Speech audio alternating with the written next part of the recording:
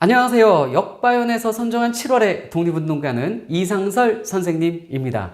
우리가 이상설 선생님 하면 딱 떠오르는 게 대부분 헤이그 특사이실 텐데요. 헤이그 특사가 주로 활동했던 달이 1907년 7월이었습니다. 그래서 7월에 헤이그 특사가 떠올랐고요. 물론 헤이그 특사가 헤이그에 처음 도착한 것은 1907년 6월 25일이었습니다. 하지만 주로 활동하고 또 이준 열사가 생을 마감하신 달도 1907년 7월이기 때문에 7월에 헤이그 특사가 떠올랐고, 그 헤이그 특사의 정사가 이상설 선생님이셨습니다. 그래서 이상설 선생을 뽑아봤는데, 우리가 이상설 그러면 헤이그 특사만 아시는 경우가 대부분입니다. 그런데 사실 이상설 선생은 엄청난 독립운동을 하셨어요. 외교투쟁뿐만 아니라 민족교육 활동도 하셨고, 무장 독립투쟁도 진행을 하셨었고, 또 우리나라 최초의 망명정부도 수립하시는 등 아주 활발한 그 독립운동 활동을 평생토록 하셨고요. 그분이 좀 오래 사셨다면 임시정부의 대통령을 하셨을 수도 있고, 또는 광복된 나라의 대통령까지도 바라보실 수 있었던 그런 분으로 많이들 이야기를 합니다. 당시 독립운동의 구심점에 쓰셨던 그런 분인데, 근데 좀 짧게 생을 마감하셨어요. 그래서 어쨌든 오늘 그 삶을 좀 살펴보도록 하겠습니다. 이상설 선생님은 1870년생이셨습니다. 1870년에 충북 진천에서 이행우라는 분의 아들로 태어났는데, 가난한 사대부 집안이었습니다. 근데 가난했는데, 그런데 이 이상설 선생이 친척 이용우라는 분에게 양자로 가게 되는데, 이용우라는 분이 정삼품 동부승지까지 지내신 분이라 이 집안이 부유했습니다. 그래서 그 집안에 가서 이제 어린 시절을 보내고 공부도 하게 되는데, 안타깝게도 13살, 이상설 선생이 13살 때 양아버지, 친아버지가 동시에 한 해에 돌아가십니다. 14살 때는 친어머니까지 돌아가셨다고 해요. 그래서 좀 어려워졌으나 워낙 공부 잘하고 똑똑하셨다고 합니다. 조선의 마지막 과거 시험이 1894년이었는데, 조선의 마지막 과거 합격자가 바로 이상설 선생님입니다. 그렇게 관직에 들어가셨고요. 관직 생활하던 중에 1905년을 맞이하게 됩니다. 바로 을사늑약이 있는 그런 해죠. 을사늑약이 진행될 때 당시 이상설 선생님의 직위는 의정부 참찬이었습니다. 의정부 참찬은 대신들의 회의를 주관하는 그런 관직이에요. 의정부 자체가 워낙 핵심 기구이기도 하고, 또 거기서도 참찬의 역할을 하면서 회의를 주관하셔야 되는데, 그런데 을사늑약 체결 당시에 이상설 선생은 회의장에 들어가지도 못하셨습니다. 일제가 무력으로 입장을 막아버렸어요. 그래서 이상설 선생은 그 회의에 들어가지도 못하고, 대신 그 을사조약 체결 과정에서 고종 황제에게 2차례에 걸쳐서 상소를 올리셨는데, 이 상소가 매우 강력합니다. 어느 정도의 내용이 들어갔냐면요, 이 조약은 인준해도 망하고 인준하지 않아도 망합니다. 그러니 차라리 거부하고 죽으시옵소서. 이렇게 상소를 올렸습니다. 황제에게 순사 사직을 따라 죽으시옵소서. 죽으라고 상소를 올린 겁니다. 목숨 내놓고 상소 올린 거죠. 이 나라가 망하는 판국에 목숨 따위는 아깝지 않다 이거예요. 고종이 이거 화가 나면 이상설 죽일 수도 있는 그런 상황이었는데, 어찌됐든 그런 정도의 일까지 벌어지진 않았고, 이상설과 고종 사이에 또 굉장한 신뢰관계가 있었거든요. 어쨌든 당시 이상설의 이 강력한 상소는 많은 사람들에게 소문이 났고 화제가 됐습니다. 그래서 수많은 사람, 한 5천 건의 상소 탄원서가 올라올 정도로 빗발치는 상소가 올라왔는데, 그 계기가 이상설의 상소였다라고도 합니다. 민영환 선생이 자결을 한 게 11월 30일, 1905년이죠. 11월 30일인데, 그 죽고 나서, 민영환의 자결이 있고 나서 대한문과 종로에 수많은 사람들이 나서서 을사늑약에 대한 항의 집회를 진행을 하게 됩니다. 이때 이상설이 나와서 연설을 하게 되죠. 연설에서 이런 말을 합니다. 관리로서 나라를 이 지경에 이르게 했으니 10,000번 죽어 마땅하다. 백성들이 나라 망함을 깨닫지 못하니 통곡을 하지 않을 수 없다. 이런 얘기를 하죠. 그리고 연설을 하고 나서 정말 사람들 앞에서 자결을 시도하셨습니다.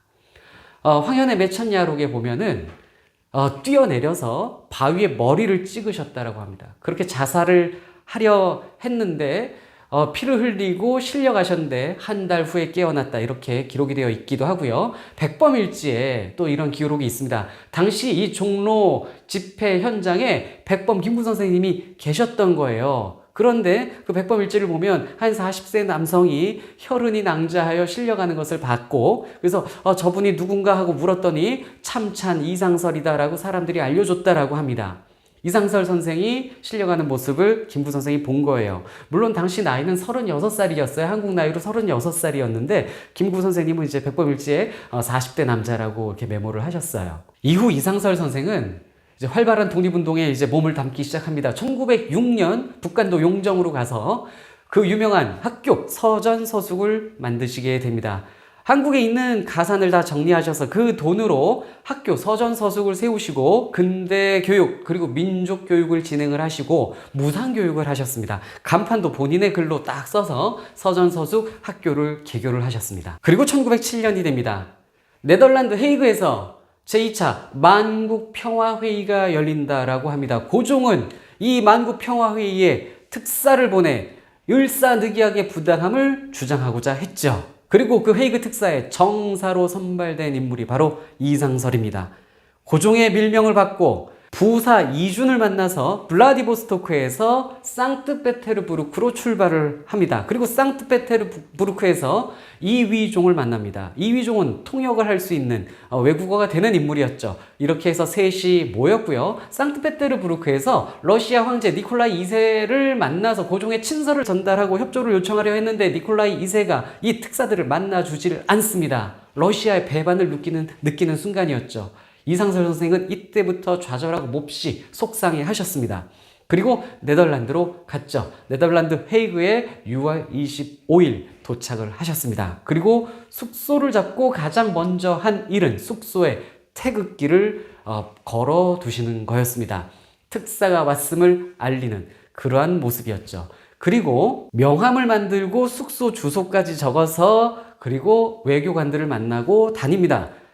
그리고 헤이그 만국평화회의장을 찾아갔죠. 그런데 많이들 아시겠지만 입장이 되지가 않습니다. 회의에 참여할 수가 없었습니다.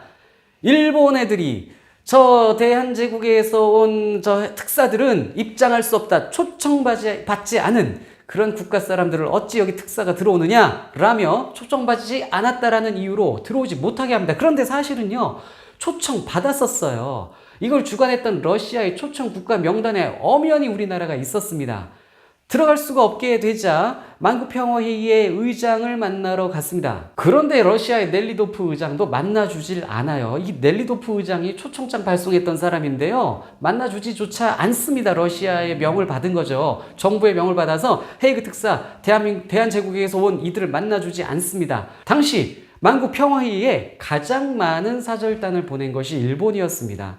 그렇게 외교적으로 강력한 입김을 불어넣는 일본의 영향력 속에서 헤이그 특사는 그 회의에 들어갈 수가 없었죠. 그런데 이 헤이그 특사들은요, 당시 이런 일이 벌어질 것을 예측을 했습니다. 그래서 그 후 차선책으로 호소문을 만들어서 외교관들에게 보내고 각국 신문사들에게 보내면서 일사늑약의 부당함을 알리기 시작합니다. 효과는 있었습니다. 당시 발행이 되고 있었던 평화회의보라는 신문이 있었어요. 이거는 영국인 언론인이 만들었었던 이 평화회의를 보도하는 신문이었는데, 당시 이 신문의 기사들을 다른 나라 기자들이 거의 받아 적고 있었다라고 합니다. 여기 일면에 헤이그 특사가 사진도 실리게 되고요, 몇 차례 이렇게 보도가 됩니다. 우리가 흔히 보고 있는 헤이그 특사의 그 3명이 찍힌 사진은 이때 실렸던 신문의 사진이기도 하고요. 그 다음에 일면에 실릴 때 한 번은 이 사파가 실렸는데 헤이그 특사 3분을 예수님으로 표현한 사파도 있습니다. 평화를 위한 그 사절로 왔으나 탄압받고 있다, 예수님과 같다, 이러한 표현을 한 것이었죠. 이 와중에 7월 14일 날 이준 열사께서 생을 마감하십니다. 숙소에서 몸이 좀 안 좋으셨죠. 그래서 그렇게 계시다가 돌아가시고 말았어요. 사인은 불분명합니다. 분노에 의한 스트레스성 어떤 급성 어떤 병에 의해서 돌아가신 건 아닌가 이런 얘기도 있고 또 볼에 종기가 있었는데 그 균에 의해서 돌아가신 건 아닌가 등등 뭐 여러 가지 말들은 있으나 어쨌든 여기서 돌아가시게 됐어요. 그래서 이준 열사가 돌아가신 이 숙소는 지금 현재 이준 평화기념관으로 잘 보존되고 기념되고 있습니다. 이 호텔에서 이 방만 그때 그 나무 그대로 방을 잘 보존을 하고 있는 상황이에요. 이준 열사가 돌아가시고 나서 이상설 선생이 남긴 글이 있어요. 나란 일은 아직 이루지 못하고 그대 먼저 죽으니 이 사람 혼자 남아 흐르는 눈물 배 안을 가득 채우네. 이러면서 많이 우시고 슬퍼하셨다라고 합니다. 이준의 장례를 치른 후 이상설 선생은 이휘종과 함께 영국, 미국 이렇게 돌아다니시게 돼요. 그래서 외교 활동을 하시고 을사늑약의 부당함을 알리시게 되는데 이 와중에 이 헤이그 특사 사건 때문에 국내에서 무슨 일이 벌어집니까? 고종이 강제로 퇴위당하는 일이 발생을 하게 돼요. 그래서 7월 19일 날 순종이 즉위를 하는데 순종이 황제로 즉위하고 첫 번째 한 일이 뭐냐면요. 일본의 압박에 의해서 헤이그 특사를 처벌하라는 엄령을 내리게 됩니다. 이래서 헤이그 특사에 대한 걸석 재판이 이루어져요. 피고인들 없는데 재판이 진행이 되고요. 이상설 선생은 이때 사형 선고를 받게 됩니다. 순종 황제 집권기 최초의 사형수가 이상설 선생이에요. 그의 순종 황제의 아버지 고종의 마지막 특사였던 그 이상설 선생이 아들 순종에게는 첫 번째 사형수가 되는 이런 상황이 발생을 한 겁니다.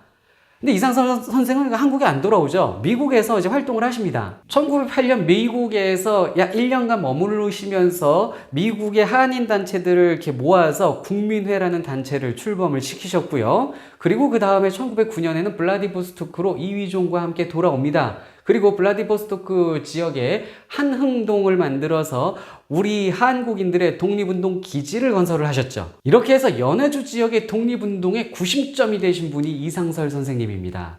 그리고 여기서 뭐 최재형 이런 분들과 함께 성명회를 또 출범시키고 대한 국민들은 일본에 굴복하지 않고 자유를 위해서 끝까지 싸우겠다 이런 성명서를 뿌리고 각국에 전파하는 등 독립운동의 의지를 밝히셨습니다. 그리고 유인석 이런 사람들과 함께 13도 의군이라는 군대를 창설을 하세요. 물론 처음에는 이제 150명 정도의 군대였는데 여기서 이상설 선생이 훈련 대장을 맡으십니다.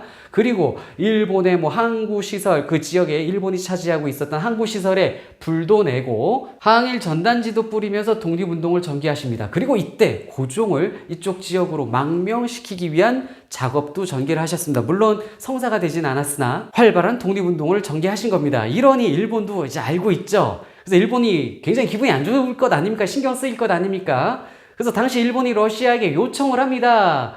거기 연해주 지역 한인 독립운동 세력들 탄압해 주시오. 그래서 러시아에 의해서 이 13도 의군 뭐 성명의 세력들이요 해산당하고 체포당하고 이러게 됩니다. 이상설 선생은 니콜리스크라는 지역으로 추방을 당하기까지 하셨는데 그런데 다음에 다시 이 지역으로 오십니다. 1911년 이 지역에 와서 하시는 일은 권업회를 또 만드시는 일입니다.